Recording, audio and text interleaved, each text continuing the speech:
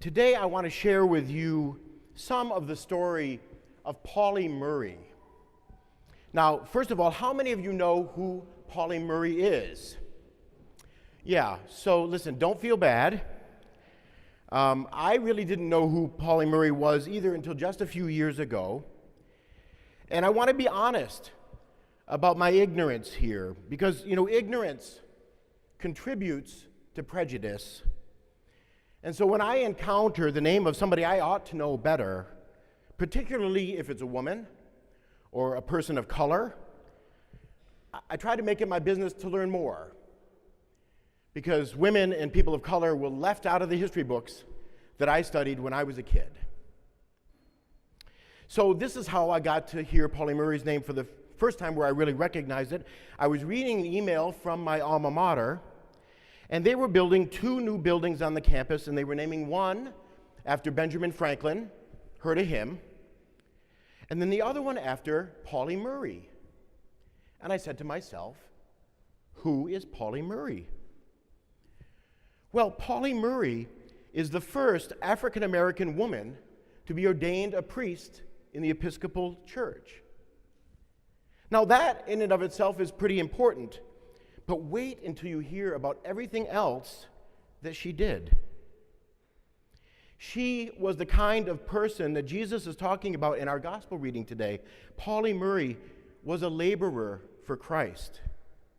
She worked to bring justice and equality to women and to people of color. And she spoke truth to power. And she broke down barriers. But I think most importantly, she helped to change people's hearts. Pauli Murray once wrote, "One person plus one typewriter constitutes a movement." One person plus one typewriter constitutes a movement. That's that encouragement that one of us, each and every one of us, can make a difference. Well, let me give you a little bit of history about Pauli Murray. Her name, Anna Pauline Murray. She was born in Baltimore in 1910. She was raised in Durham, North Carolina, moved to New York City to go to school at Hunter College. Well, while she was in New York, the Wall Street crash happened, and she was unable to find work to support herself in college, so she was forced to abandon her studies.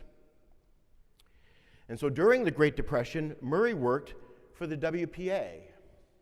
She was a teacher in the New York City Remedial Reading Project. She loved to write, and she published articles and poems in various magazines. Well, she decided it was time to go back to school, so in 1938, she began a campaign to enter the all-white University of North Carolina, UNC. And with the support of the NAACP, Murray's case received national publicity, but she was not admitted. In fact, it took 13 years for UNC to admit a person of color at their school.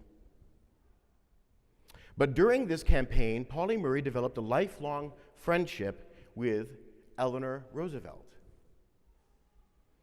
Murray was an activist, and she was involved in attempts to end segregation on public transportation.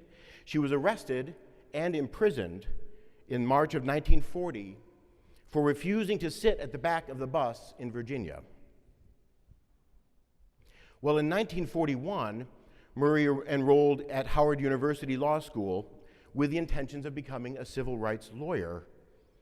She joined the Congress of Racial Equality, or CORE, and there is where she learned about the teachings of Mahatma Gandhi and about the nonviolent civil disobedience campaign that he successfully used against British rule in India.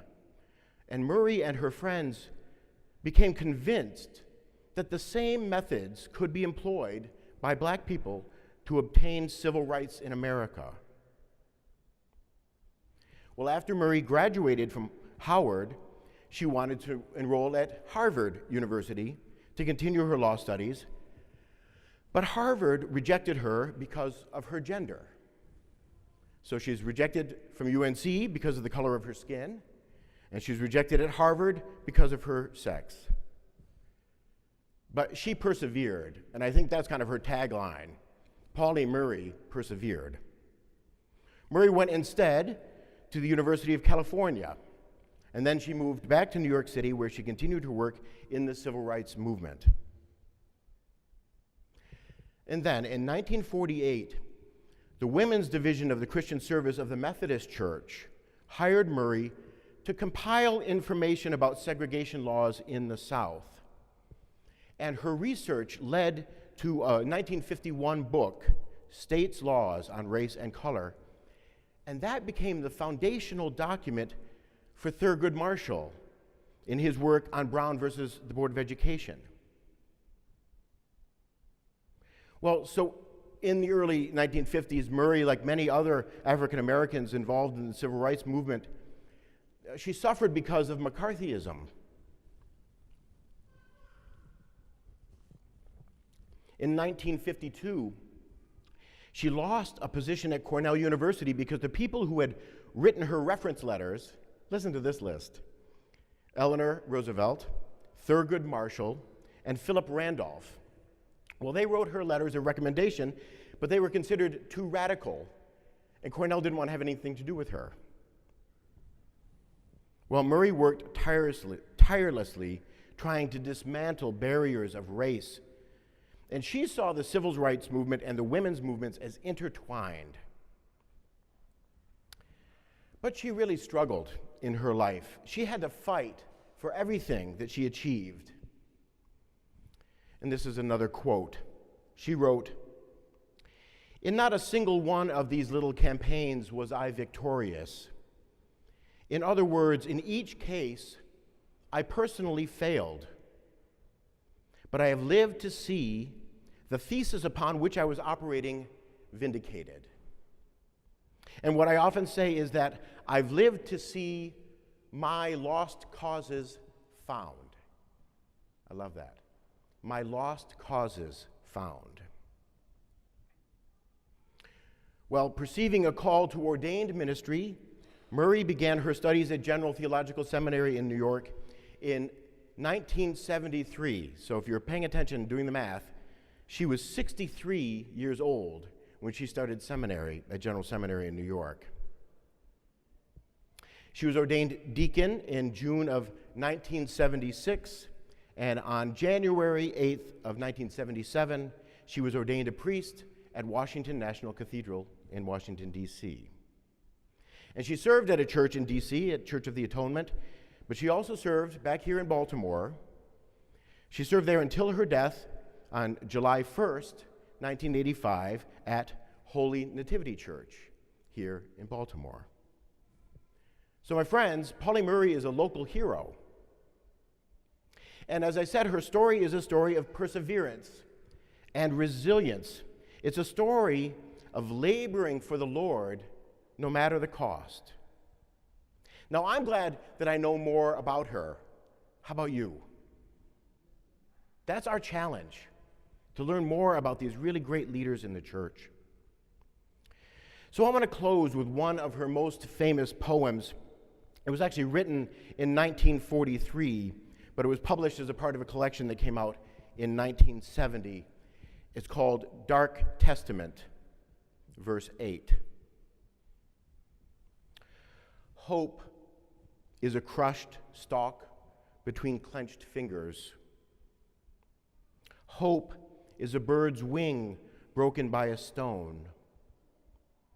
Hope is a word in a tuneless ditty, a word whispered with the wind, a dream of 40 acres and a mule, a cabin of one's own and a moment to rest, a name and place for one's children and children's children at last. Hope is a song in a weary throat. Give me a song of hope and a world where I can sing it. Give me a song of faith and a people to believe in it. Give me a song of kindliness and a country where I can live it. Give me a song of hope and love, and a brown girl's heart to hear it.